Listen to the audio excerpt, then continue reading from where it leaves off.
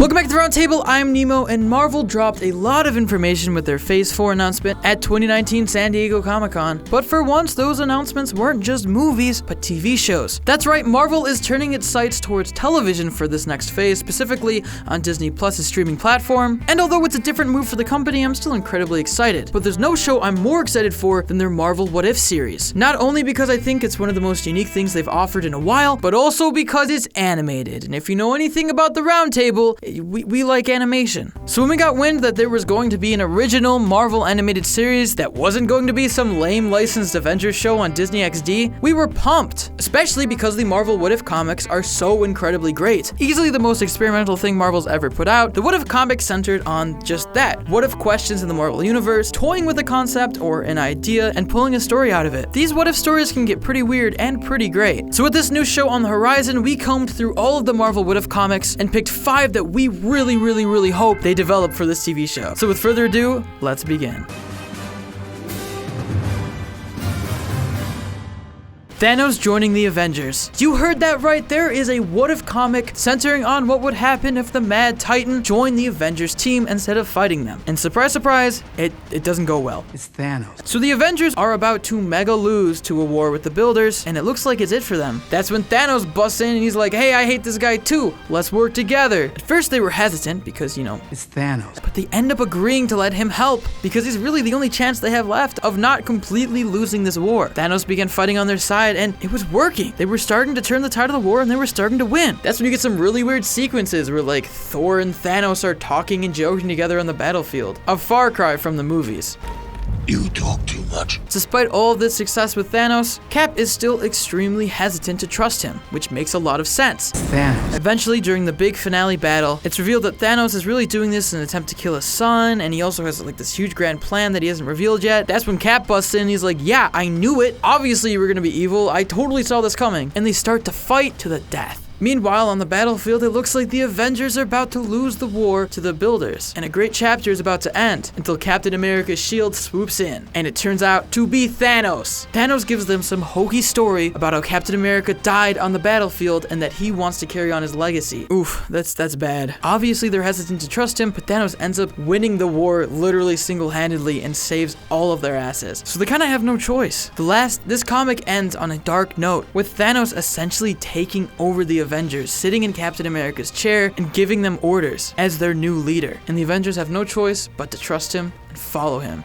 It's so dark. I love it. This kind of makes sense for how it would play out in a situation like this, though obviously I don't think the Avengers would ever let Thanos help. They would kind of die first. Either way, this is a super interesting thought experiment, and it's a crazy concept that I think they executed perfectly.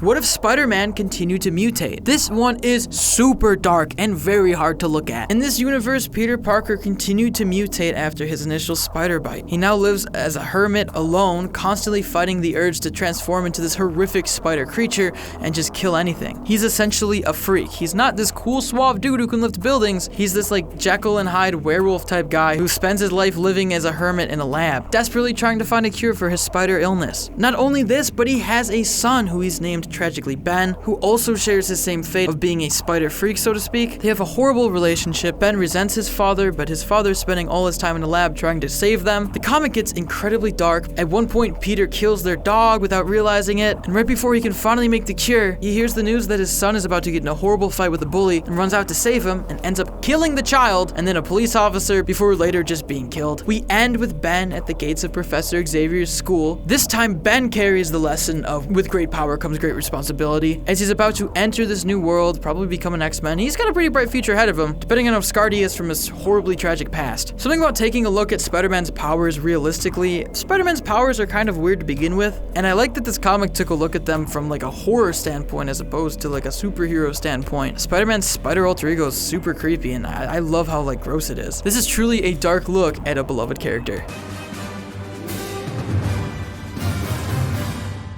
What if the gamma bomb spawned 1,000 Hulks? This is just such a crazy concept. I love it so much. In this universe, the gamma bombs were not used just on Bruce Banner, but on Hiroshima and Nagasaki, which in turn created a bunch of Hulk-like monsters, some of them more mentally capable than others. The whole story is told through a Canadian reporter who's interviewing Bruce Banner, who I guess is like mentally there as the Hulk right now. It then tells the story of an entire alternate timeline in world history, where the Hulk-like survivors of the Hiroshima bombings ended up being used as weapons that ultimately took down the United States. Eventually, all these people found out that the radiation was slowly killing them, which allowed Nick Fury to rise up with a resistance. Reed Richards shows up at one point, and Bruce Banner, through other circumstances, ended up as the Hulk still, just with like a different origin. So it kind of all worked out. It ends with all of the heroes fighting the Oni, which are like the Japanese Hulk army that they inadvertently created, and it ends there on that open note. We didn't really get a conclusion or see what happens, but I don't think we really need to. This is just an alternate look at history and what would have happened if the gamma bombs were dropped on major cities, and it's more of a thought experiment than anything else. It's still a really interesting read and a really interesting take on the Hulk story. What if Venom combined with Deadpool? This is definitely the craziest Marvel what if I have ever read, and that's because it's Deadpool. It starts off with Galactus calling Deadpool in as a mercenary to kill the Beyonder. He gives him the red conic sponge of fire to just completely erase him from existence, but when Deadpool goes to do the deed, he's so obsessed with the Beyonder's Jerry curls that he refuses to kill him. He then ends up befriending the Beyonder, who he starts to party with. The two get interrupted when Spider-Man crashes into their limo, complaining about the Venom suit that apparently the Beyonder gave him, before the symbiote detaches from Peter and goes into Deadpool, creating Venom Deadpool, which is terrifying to look at. Also, he has Jerry curls now, so he got what he wanted. They end up partying for years, and this is the point where we get a massive time skip, and eventually Deadpool gets sick of the partying lifestyle and tries to be taken seriously as a hero. But unfortunately, his Jerry curls just are preventing him from doing that. Again, when I say this comic's goofy, it's incredibly goofy. He eventually loses the Jerry curls, but is not successful as a hero because he's Deadpool and he's so incredibly violent. He gets turned down by every superhero organization out there. The madness peaks when he ends up killing both the Beyonder and Galactus with the red conic sponge of fire that he gave him. What a twist. And if you didn't think this could go in a weirder direction, Deadpool makes a movie about the experience and becomes a movie star. That's right, with the power of Venom, Deadpool becomes a movie star. But that fame is not enough, and he ends up getting super jealous of other heroes, which leads him to kill all of the other superheroes in gruesome ways, including Thor with his own hammer in a bathroom stall. He kills every hero and every villain, and eventually is the last one left, but is still unhappy and decides there's no point to anything and ends up destroying the entire universe, and that's really all we get to see. But man, was this a wild ride. Who knew that Venom alone would send Deadpool down the craziest path I've ever seen him on? I'm just hoping they take notes for this on Deadpool 3. What if Spider-Man never became a hero? This is the craziest Spider-Man what if I've ever seen, and also one of the most entertaining. In this universe, Uncle Ben doesn't die because Spider-Man stops the robber, but then he never learns his most important lesson and continues down a path of greed. Spider-Man ends up getting notoriety from stopping the burglar that would have killed his uncle. This leads him to fame, acting, brand deals. At one point, he even guest hosts The Tonight Show. Spider-Man becomes more of a celebrity than a hero. At one point, Peter Parker reveals his identity to Aunt May, to which she responds with, "You're Spider-Man? The TV actor?" This is incredible. This comic goes down some pretty crazy places. At one point, he ends up ruining J. Jonah Jameson's career, at which point Jameson devotes his entire life to destroying Spider-Man at any cost, tricking him into meeting with movie writers that turn out to be supervillains. Daredevil's there and almost dies. It's all finally revealed that the whole thing is orchestrated by Jameson. He tells Spider-Man that he completely ruined his life, and Spider-Man realizes that, yeah, he kind of did ruin somebody's life, and ultimately realizing he did not use his spider gifts responsibly, but became shallow and was led by greed instead. It's kind of crazy to think that Peter's this bad of a person without the death of his uncle, but at least he still learns a lesson in the end, kind of.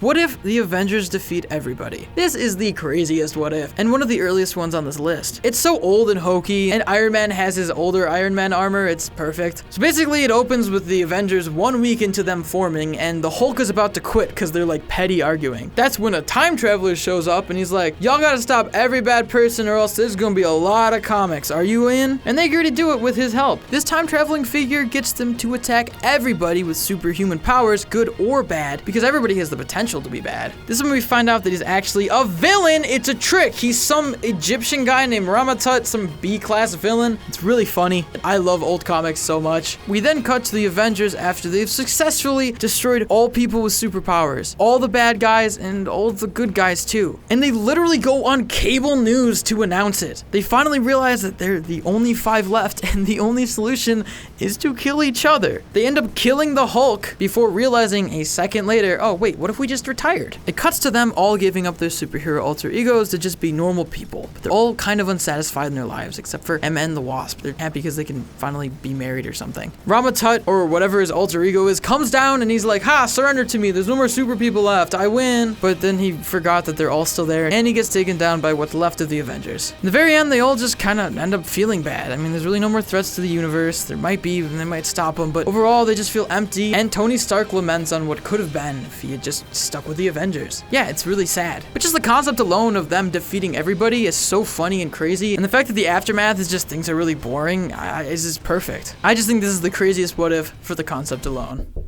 What's up? Sorry. Wait, do you want to pause? Just pause. Just press the pause button. I thought you were gonna be halfway through. No. How long is this one? Right now it's over 20 minutes. Kevin Likey. Leave that in the edit.